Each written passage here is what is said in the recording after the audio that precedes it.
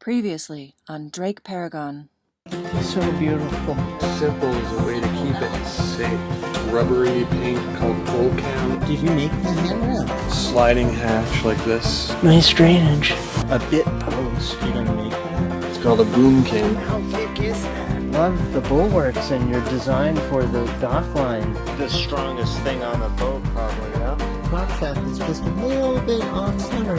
Here's a little quickie tour of the mock-up on Strombus. That is the crucial ingredient that you need.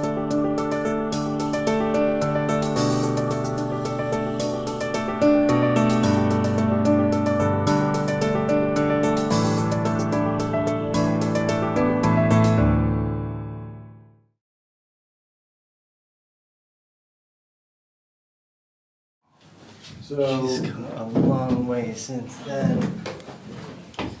alright. We're up in the forepeak. The forepeak, yep. Here there'll be a chain locker. Then there'll be a bulkhead here with a door. Storage. Then there'll be some kind of ladder incorporated into the door maybe to get out of here. Just as an escape hatch or what have you. Up to that bulkhead I'm looking at having a single berth. There could be a reading berth or what have you, or one of the kids could be sleeping there. Just after that and ahead of this bulkhead would be a hanging locker. Right there. Mm-hmm. Yeah. Where you are, be a double berth. It'll be like Valiant. Yeah, it's gonna be like that. Like I based it Valiant. on I love Valiant.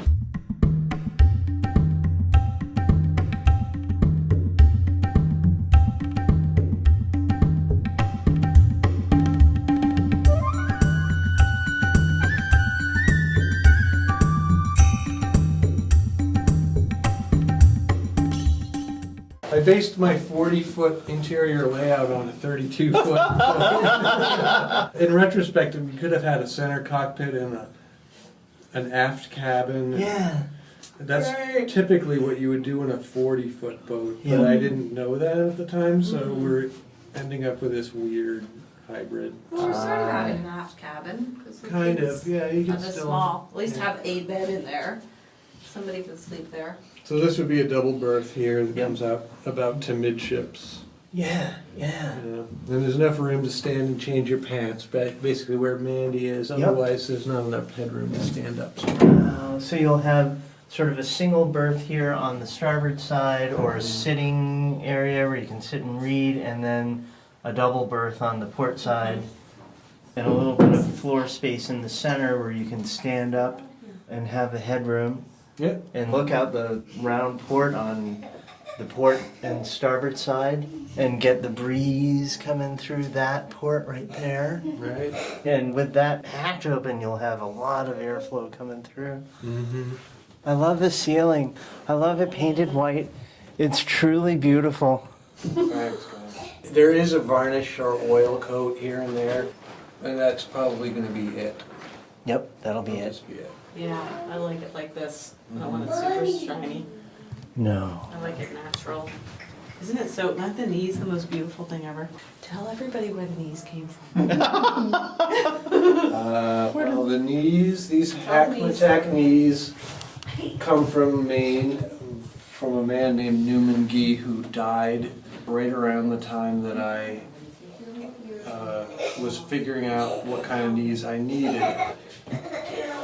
He used to go up to like Aroostook County, Maine, getting stumps out of swamps that we would cut up into these giant ship's knees, and then if you showed up with knees like mine, he would resaw those into smaller knees for you. But it's the stump of a Hackmatack or a larch tree. They grow in a peat bog with rock underneath, I believe, so that the roots come out of the tree and they just go sideways out like this. So he would cut these stumps out of the muck, harvest them, bring them to Maine, and saw you up whatever you needed. If it was a giant 8-inch thick and 5 foot long and 4 foot wide knee for a ship, so be it. Right after I sent him my patterns, I waited and waited to hear from him. And I didn't hear from him for a long time, and then I found out that he had cut a tree down near his home and it killed him. He died. Oh God. And then his widow and his son were kind enough to, well, they were sitting on a barn full of knees. They were kind enough to invite me up and cut out the knees that I had sent patterns for. Hackmatack knees. Hackmatack knees. And so I put there's a little stamp, a little plastic stamp that he used to put on all of his big rough knees. And when I got done finishing mine, I put his stamp on to remember the guy who was like the sole provider of ships knees to everybody in New England and beyond, I'm sure. He was the last of the Hackmatack knee Yeah, makers? I mean, I think that some smaller operations are operating out of Nova Scotia and stuff, but he was the guy. He was the guy. And the deal is, with a Hackmatack knee, that's what this is, right? Yep. And the grain curves. Grain curves around. You're looking for a continuation of strength across the deck, down through one side of the hull to the keel, back up the other side of the hull and all around. If you didn't have a knee, you'd have to come up with a really elaborate way of creating that connection between deck and hull. That you is so crucial to a boat when it's working in a seaway to have stiffness and continuity of structure that goes from the deck to the hull. Wow. And in essence, every one of these floor timbers and every one of these continuous frames, those are knees as well. Aye. It's just a way of distributing the. Oh, I just found my mallet. I've been looking for. I've been looking for this for weeks.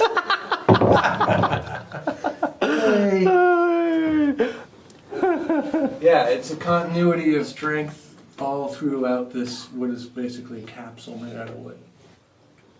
And so this is like much stronger than just cutting a thick board of wood there's that doesn't no way have to that do grain. because the grain, right? If it was a thick board of wood, which you can't really find one that's. Hi, honey.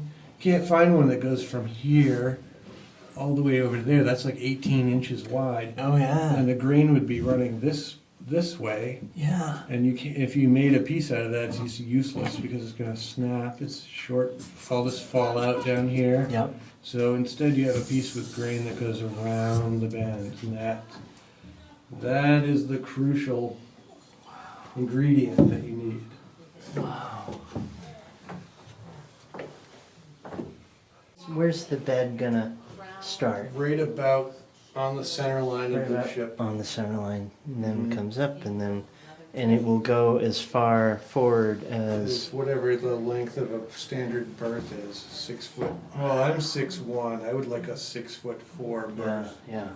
So I think it'll come to about here, and then the rest of this will be this low chain locker with sitting space that probably transitions into berth over here until you hit the hanging locker.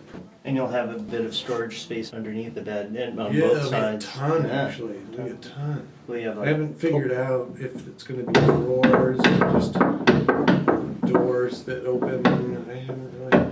or both? Or both. Combination. I'm going to figure all that crap out later. Yeah. But I do know that I would like to have, like I built this bulkhead with the idea that here there would be a double and here there would be a single and a hanging locker.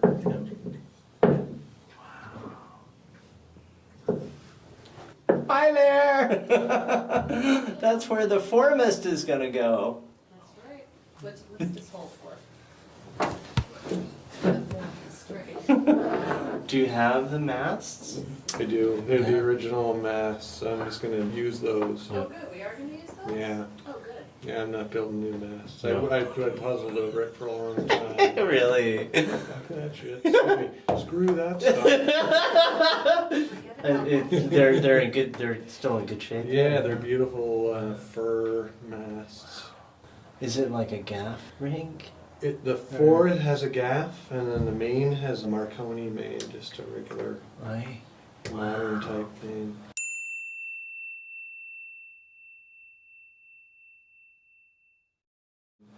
And then there'll be a jib, an inner and an outer jib. Yep. I'm not gonna do a staysail club. I thought about it a lot, but I'm gonna put a boom on the staysail. Oh, no, yeah. Will we have furlers or just hang on, I bet? Ideally, I will have a roller furler on the outer jib. Yep. Initially, I don't know. Hang on, staysail. Yeah, Do you have the standing rigging? I have to make it all up. Yep. Like the old standing rigging was quarter or 5/16 stainless with, those little U clamps that just like bolted on. Yeah. Which was perfectly functional and everything, but it aesthetically not very pleasing, especially when it's wrapped with like electrical tape. Yep. So I'm debating whether to use a galvanized rig that I sort of slush every year with oil, or if I just go stainless and come up with some kind of swage. I don't know. I don't know what I'm going to do yet for that. I wish you were going to be around for longer because you could help me think about it. So maybe we can do it via email. Definitely. Yeah.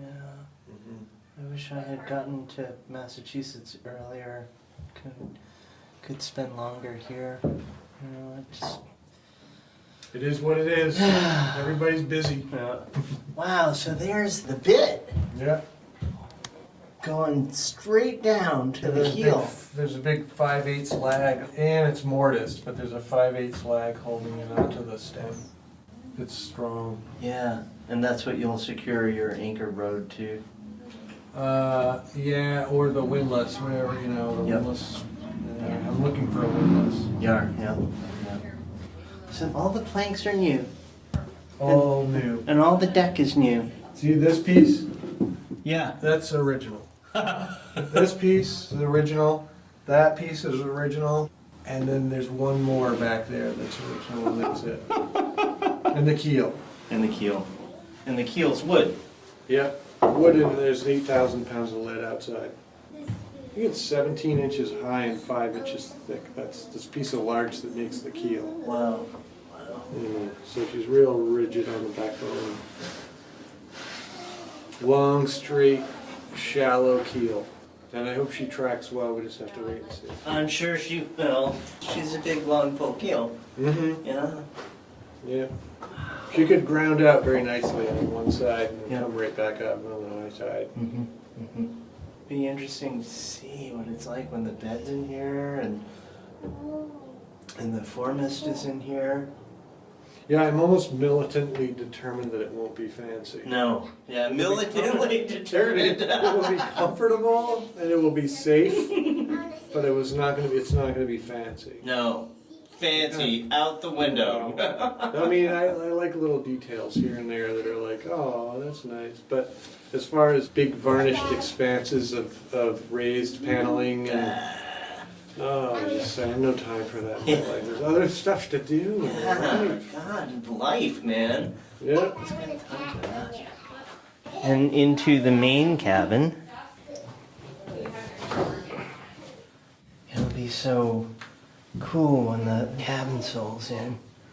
Yeah, it'll be this 1-inch Wana Yep. tongue groove stuff. And then the lead and maybe concrete down in the bilge. Yep. I haven't decided. I'm imagining a seat here that takes an L shape with a table that fits into the cutout.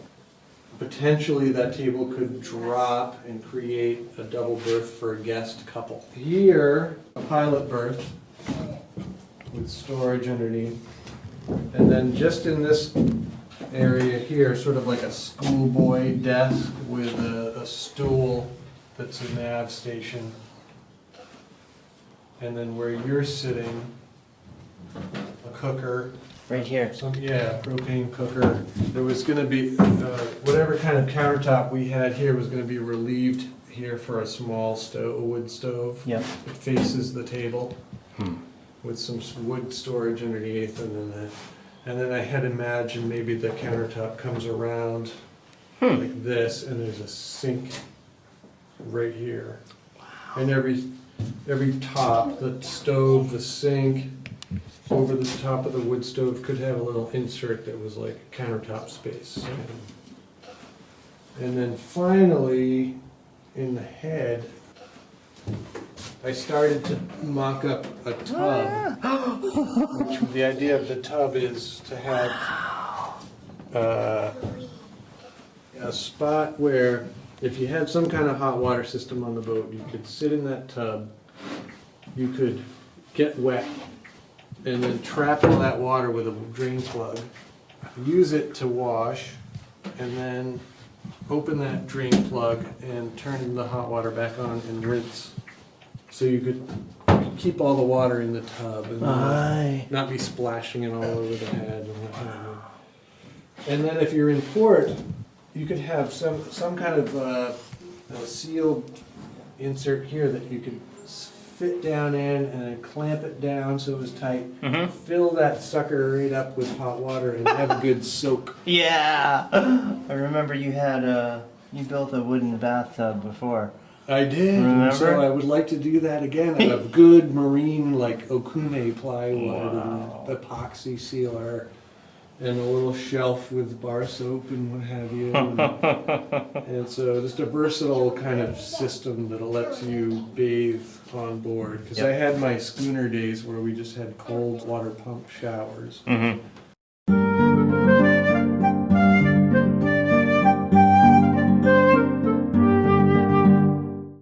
One time on the Gamage, we were whale watching. Yeah. And all these people were out like watching the whales, and we decided that was the time to jump overboard and soap up with Joy dishwashing detergent because that soaks up in salt water. Yep. So I came up on deck. I'm in my shorts. I've soaped myself all down with Joy. Yeah.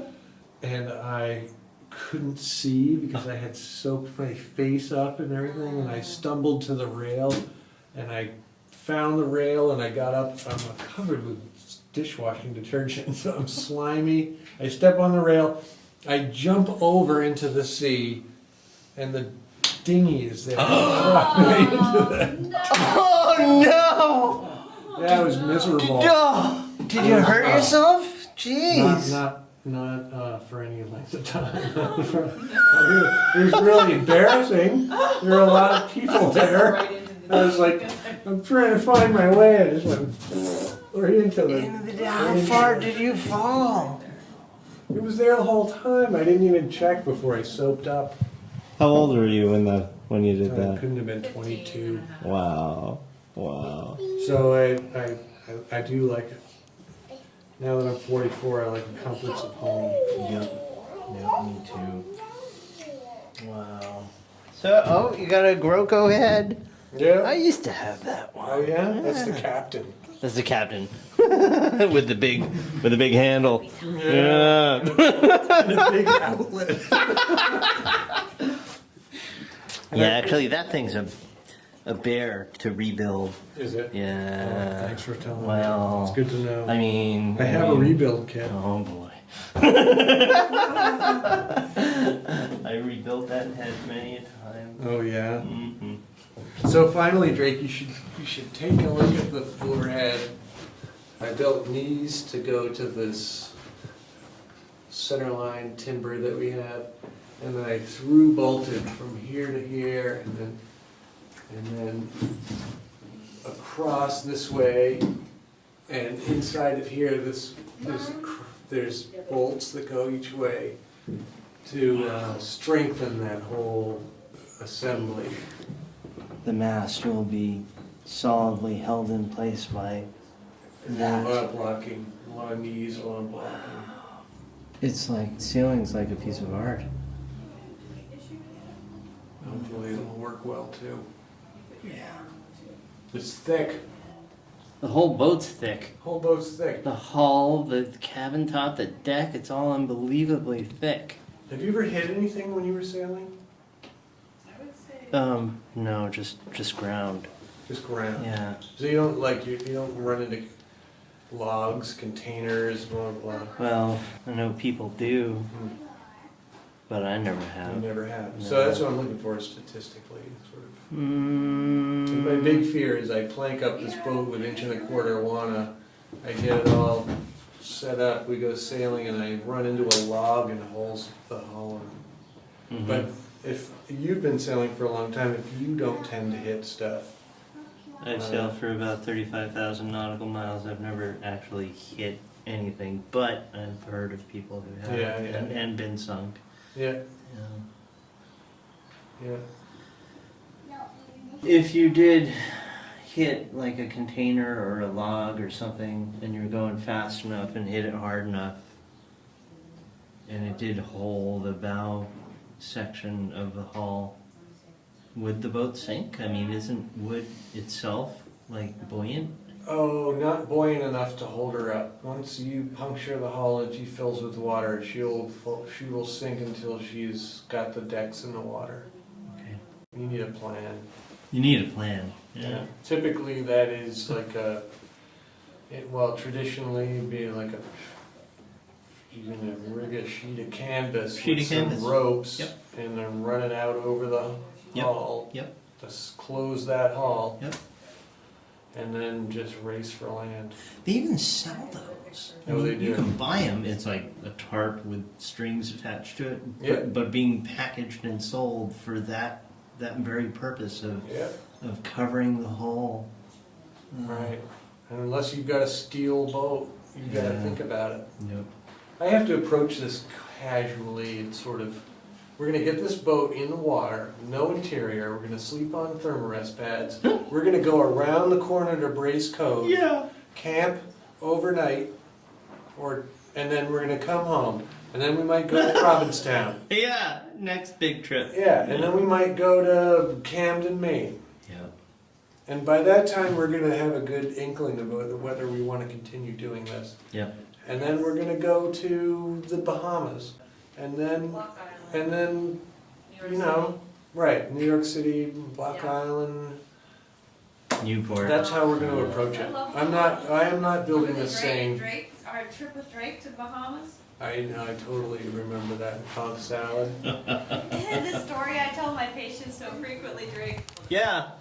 Because so many of my patients are pregnant, they're in their early pregnancy, and they're like, oh my god, I went to a party last week, I drank all this alcohol, and I'm like, listen, I went to the Bahamas, and I was on my friend's boat for a week, and we drank so much Goombay Smash. There was this rum drink, I can't even imagine the exact quantity. And then I came back and I found out I was pregnant, everything was fine. I'll never Did you know that I was pregnant there? I didn't know at the time. Neither of us did. Neither did I. Yeah, if I tried to think about, like, finish this boat and we all sail around the world, I just can't sleep at night. Yeah. But if I try to think about it, it's just like I'm doing this, and then we do this. And One then thing we at do a that, time. Yep. and then I would love to go to Ireland and then sail around the Mediterranean, or go to Venezuela, or through the Panama Canal. Or, Then Pilar has blue eyes. I don't know. But I can't think about it like that because I just get overwhelmed. Yep. So I have to say, Yep. we're gonna finish this phase, and then see where we end up. Yeah. Well, you've got a million things like on the list. You've just got to grab one of them. Yeah, Start working on it. And when that's done, move on to the next one.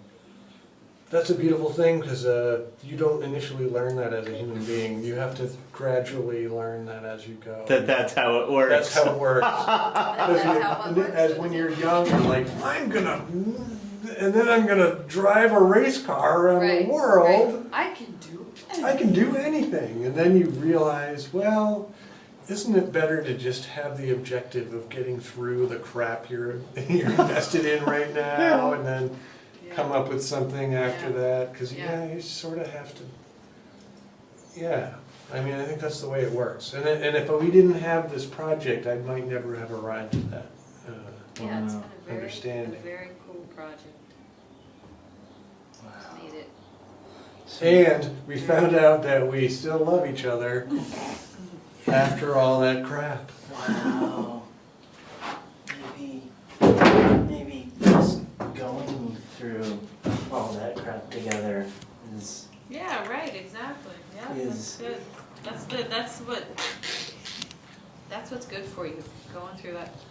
Not that it's been that hard. I mean, my God, we're just building a boat. It's not like it's that difficult, but just the expectations of what we're gonna be doing and when we're gonna be doing it. And When do you think you'll put her in the water? And how many times have you been past that over the past 10 years? The answer is getting clearer and clearer, and I could put her in as early as the fall, I think. Yeah. If by some strange stretch of the imagination this tent can still stand through the winter, I might just keep her here for the winter because it's a heck of a lot easier to do stuff to it while it's in a tent. In the tent. Yeah. I mean, that whole motor has to get hooked up. Yep. The rig has to be put together. Yep. Money has to be assembled for sales and Yep. rigging. So the short answer is either this fall or next spring. Yep. Come hell or high water. Hell or high water. High water would help because then I wouldn't have to pay for a truck to come and take her. Strombus! And my mallet, we found my mallet. I'm so excited. I can't wait till the trim is on over those staples. It's gonna be gorgeous. Gorgeous. Bye, Strombus. Bye, Strombus. Good luck. See you next time.